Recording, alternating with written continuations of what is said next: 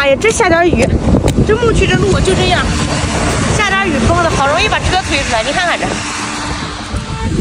牧区的天气就是这样，喜怒无常，前一秒还下雨，后一秒就晴空万里。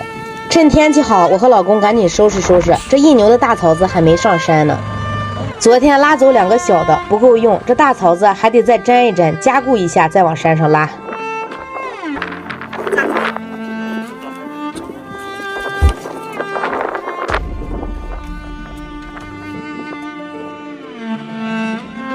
我家这东西都是两用的，冬天喂草，夏天印水，得把上面这草沫子洗干净了，再晾干才容易粘。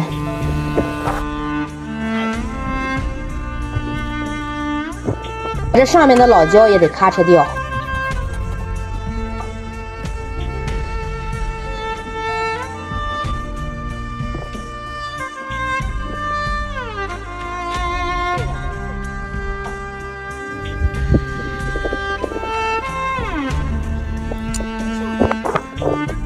再用电焊重新加固一下，要不到了山上不耐用。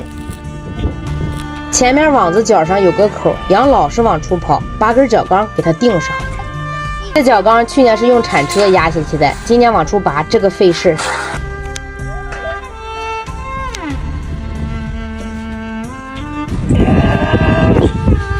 拿铲车插进去的。得亏是2个人，这要是1个人还真拔不出来。没说你啥也不是啊，本来一天天的收拾收拾那东西，那家伙事用完了就搁起来，什么都不管不顾，啥都丢，脑袋丢了就好了，等会儿把脑袋丢了，永远你也没丢过。不过有些活也确实得2个人搭配着干，1个人还真不好干呢。牛群不在了，这帮羊就成了宠物，今天有时间逗它们玩一会儿。上去就咬了我一口。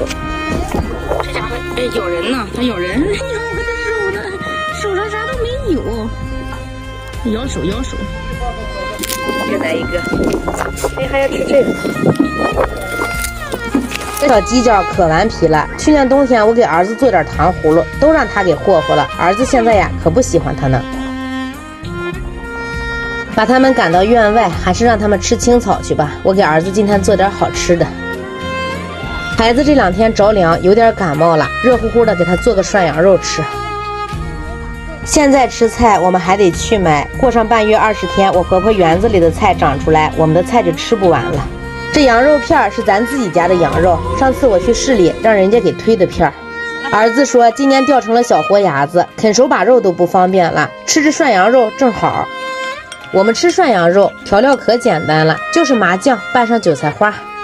这个天气呀，就适合吃火锅，羊肉本身就暖身，热气腾腾的，显得屋子也暖和。